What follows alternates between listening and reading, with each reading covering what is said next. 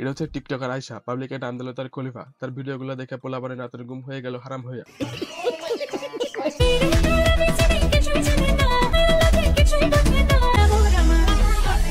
খালি মাল কামামু। কি মানুষ রে বাবা।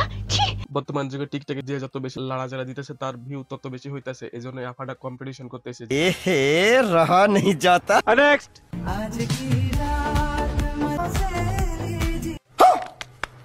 সে টিকটকে এসে যেভাবে লাড়াচাড়া দিতেছে তা মনে হয় বিশ্বের যত নায়িকা আছে তার কাছে সবগুলোই fail. A few moments later.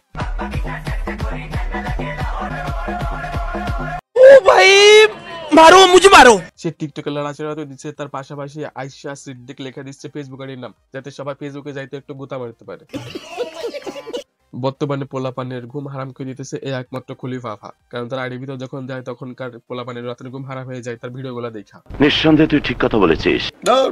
Next 100 টাকা চ্যালেঞ্জ 100 টাকা চ্যালেঞ্জ 100 টাকা চ্যালেঞ্জ। আয়শা তোর লেগে 100 টাকা চ্যালেঞ্জ আছে।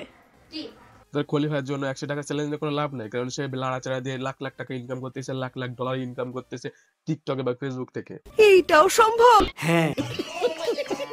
A few moments later.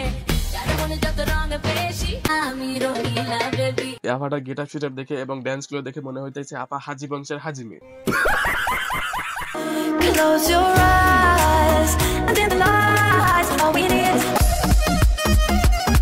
তেমন কিছু না, গ্রামের চাচাতো বোন যখন দুবাইয়ের পজিশন নেই তখনকার অবস্থা।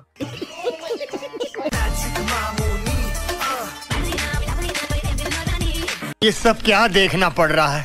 এটা হচ্ছে ম্যাজিক মেমোরি, তার মুখ দেখা যাচ্ছে না কিন্তু বুক কিন্তু ঠিকই দেখা যাচ্ছে। এটা হচ্ছে ম্যাজিক মেমোরি পাওয়ার। তোর মাথা নষ্ট। নেক্সট আমি বুঝলাম না রে ভাই, নিজের পাশায় নিজে থাবা এটা কোনো ড্যান্স হলো? कंट्रोल। এই খলিফার জন্য তো টিকটকে যাওয়া যেতেছে না, কারণ গেলে শুধু লাড়াচাড়া আর লাড়াচাড়া।